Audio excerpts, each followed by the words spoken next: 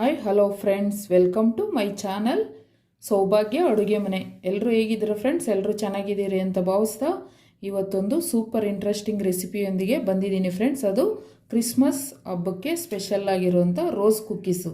ಇದನ್ನು ಮನೆಯಲ್ಲೇ ಸೂಪರಾಗಿ ಆರಾಮಾಗಿ ಮಾಡ್ಕೋಬೋದು. ಇನ್ನೊಂದು ನಿಮಗೆಲ್ರಿಗೂ ರಿಕ್ವೆಸ್ಟ್ ಫ್ರೆಂಡ್ಸ್, ಈಗ ಏನಪ್ಪ ರಿಕ್ವೆಸ್ಟು ಅಂತ ಹೇಳಿದ್ರೆ, ಮೊದಲು ನಂದು ಅಡುಗೆ ಚಾನಲ್ ನೇಮು ಸುಲಭ ಅಡುಗೆ ವಿತ್ ಸೌಭಾಗ್ಯ ಅಂತ ಇತ್ತು. ಈಗ ನಾನು ಸುಲಭ ಅಡುಗೆ ವಿತ್ ಸೌಭಾಗ್ಯದಿಂದ ಸೌಭಾಗ್ಯ ಅಡುಗೆ ಮನೆ ಅಂತ ನೇಮ್ನ ಚೇಂಜ್ ಮಾಡಿದ್ದೀನಿ ಫ್ರೆಂಡ್ಸ್. ಎಲ್ಲರೂ ಸಹ ಮೊದಲ ಥರನೇ ನನಗೆ ಸಹಕಾರ ಮಾಡಿ, ಇದೇ ಥರ ನನಗೆ ಹಿಂದಿನ ವೀಡಿಯೋಗಳಿಗೆಲ್ಲ ಹೆಂಗೆ ಸಹಕಾರ ಕೊಟ್ಟು ಸಬ್ಸ್ಕ್ರೈಬ್ ಮಾಡಿ ಮತ್ತು ನನ್ನ ವೀಡಿಯೋನೆಲ್ಲ ಫುಲ್ ನೋಡಿ ಚೆನ್ನಾಗಿ ಕಾಮೆಂಟ್ ಆಗ್ತಾಯಿದ್ರಿ, ಅದೇ ಥರನೇ ನನಗೆ ಪ್ರೋತ್ಸಾಹ ಕೊಡಿ ಅಂತ ಹೇಳ್ತಾ ಸೌಭಾಗ್ಯ ಅಡುಗೆ ಮನೆಗೆ ಇನ್ನೊಂದು ಸತಿ ವೆಲ್ಕಮ್ ಮಾಡ್ತಾ ಇದ್ದೀನಿ ಫ್ರೆಂಡ್ಸ್. ಬನ್ನಿ, ಇವತ್ತು ಈ ರೋಸ್ ಕುಕ್ಕೀಸ್ನ ಕಡಿಮೆನೇ ಪದಾರ್ಥಗಳು ಬಳಸ್ಕೊಂಡು ತುಂಬಾ ರುಚಿಯಾಗಿ ಕ್ರಿಸ್ಪಿಯಾಗಿ ಅದ್ಭುತವಾಗಿ ಕಡಿಮೆನೇ ಸಮಯದಲ್ಲಿ ಯಾವ ಥರ ಮಾಡ್ಕೋಬೇಕು ನೋಡ್ಕೊಳ್ಳೋಣ. ನೋಡ್ಕೊಳ್ಳೋಕ್ಕಿಂತ ಮುಂಚೆ ನನ್ನ ಚಾನಲ್ಗೆ ಯಾರಾದರೂ ಹೊಸಬರಾಗಿದ್ದರೆ ಸೌಭಾಗ್ಯ ಅಡುಗೆ ಮನೆ ಚಾನಲ್ಗೆ ಪ್ಲೀಸ್ ಸಬ್ಸ್ಕ್ರೈಬ್ ಮಾಡ್ಕೊಳ್ಳಿ ಫ್ರೆಂಡ್ಸ್.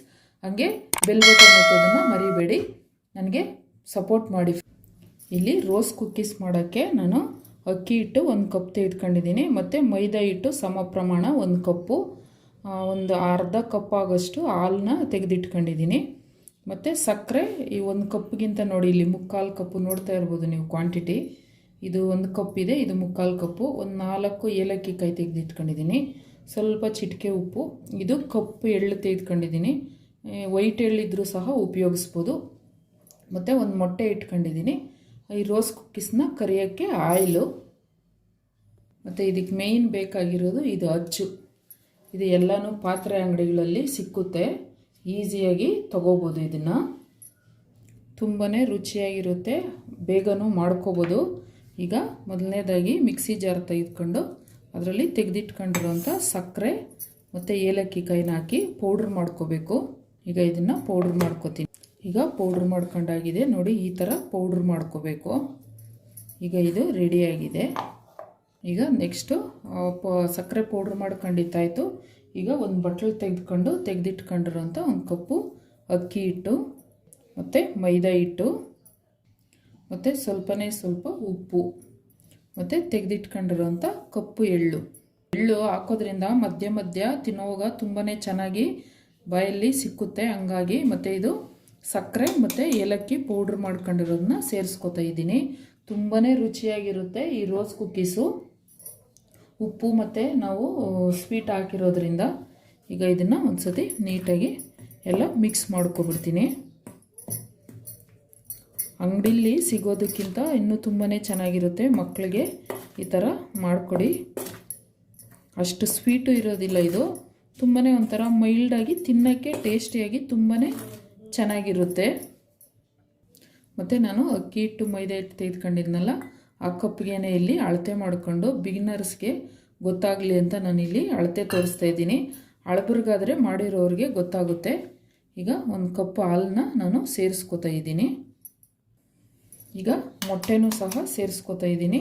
ಮೊಟ್ಟೆ ಆಪ್ಷನಲ್ಲು, ಬೇಕಿದ್ದರೆ ಸೇರಿಸ್ಕೋಬೋದು, ಇಲ್ಲಾಂದರೆ ಸ್ಕಿಪ್ ಸಹ ಮಾಡ್ಕೋಬೋದು. ಮೊಟ್ಟೆ ಹಾಕೋದ್ರಿಂದ ತುಂಬಾ ರುಚಿಯಾಗಿ ಕ್ರಿಸ್ಪಿಯಾಗಿ ಬರುತ್ತೆ.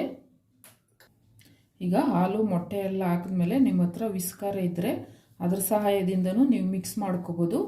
ಇಲ್ಲ ಅಂತೇಳಿದ್ರೆ ಸ್ಪೂನ್ ಸಹಾಯದಿಂದನೂ ನಿಧಾನಕ್ಕೆ ಮಿಕ್ಸ್ ಮಾಡ್ಕೊಳ್ಳಿ. ನೋಡಿ, ಏನು ಅಕ್ಕಿ ಹಿಟ್ಟು ಮತ್ತು ಮೈದಾ ಹಿಟ್ಟು ಹಾಲು ಅಳತೆ ಮಾಡ್ಕೊಂಡಿದ್ನಲ್ಲ ಕಪ್ಪು, ಅದರಲ್ಲೇ 1 ಕಪ್ ನೀರು. ಪೂರ್ತಿ ಹಾಕ್ಕೊಳ್ಳೋಕೆ ಹೋಗ್ಬೇಡಿ, ಸ್ವಲ್ಪನೇ ಹಾಕ್ಕೊಂಡು ಈ ಥರ ಮಿಕ್ಸ್ ಮಾಡ್ಕೋಬೇಕು. ನೋಡಿ, ಈ ಥರ ನೀಟಾಗಿ ಗಂಟಿಲ್ದಂಗೆ ಮಿಕ್ಸ್ ಮಾಡ್ಕೋಬೇಕು. ನೋಡಿ, ಈಗ ನಾನು 1 ಕಪ್ ಹಾಲು ಅರ್ಧ ಕಪ್ಪು ನೀರನ್ನ ಸೇರಿಸ್ಕೊಂಡಿದ್ದೆ. ಈಗ ಇನ್ನುಳಿದಿರೋಂಥ ಅರ್ಧ ಕಪ್ನೂ ಸಹ ಸೇರಿಸ್ಕೊತಾ ಇದ್ದೀನಿ.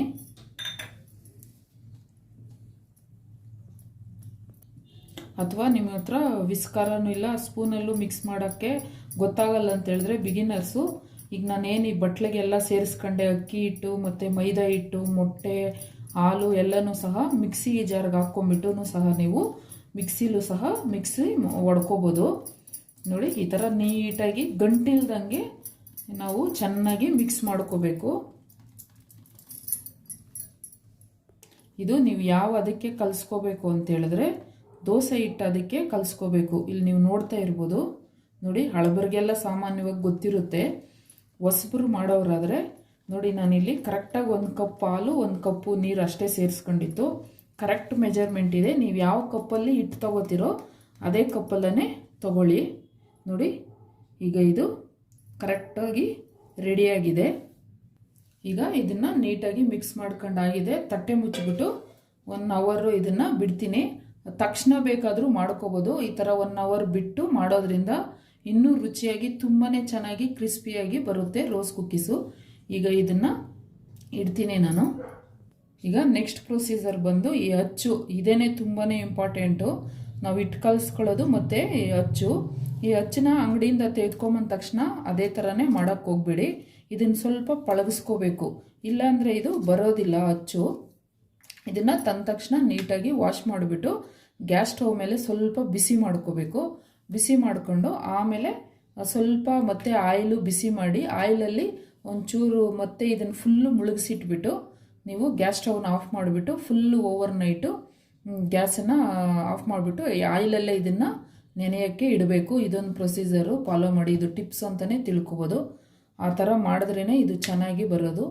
ಮತ್ತು ನೆಕ್ಸ್ಟ್ ಟಿಪ್ಸು ವಿಡಿಯೋನ ಸ್ಕಿಪ್ ಮಾಡಿದೆ ನೋಡಿ ಫ್ರೆಂಡ್ಸ್. ಹಂಗೆ ಮಾಡ್ತಾ ಮಾಡ್ತಾ ಹೇಳ್ತಾ ಹೋಗ್ತೀನಿ. ಈಗ ಬನ್ನಿ, ಇದು ರೆಸ್ಟ್ಗಿಟ್ಟು 1 ಅವರ್ ಆಗಿದೆ ನೋಡಿ, ಇದು ರೆಡಿಯಾಗಿದೆ. ಹಾಗೆ ಇಲ್ಲಿ ಬಾಣಲೆ ಸಹ ಬಿಸಿಯಾಗಿದೆ. ಆಯಿಲ್ನು ಸಹ ನಾನು ಸೇರಿಸ್ಕೊಂಡು ರೋಸ್ ಕುಕ್ಕೀಸ್ನ ಕರಿಯೋಕ್ಕೆ ಆಯಿಲ್ನ ಬಿಸಿ ಮಾಡೋಕ್ಕೆ ಇಟ್ಕೋತಾ ಇದ್ದೀನಿ. ಈಗ 2ನೇ ಟಿಪ್ಸು, ಆಯಿಲು ಈಗ ಬಿಸಿ ಸ್ವಲ್ಪ ಆಗಿದೆ.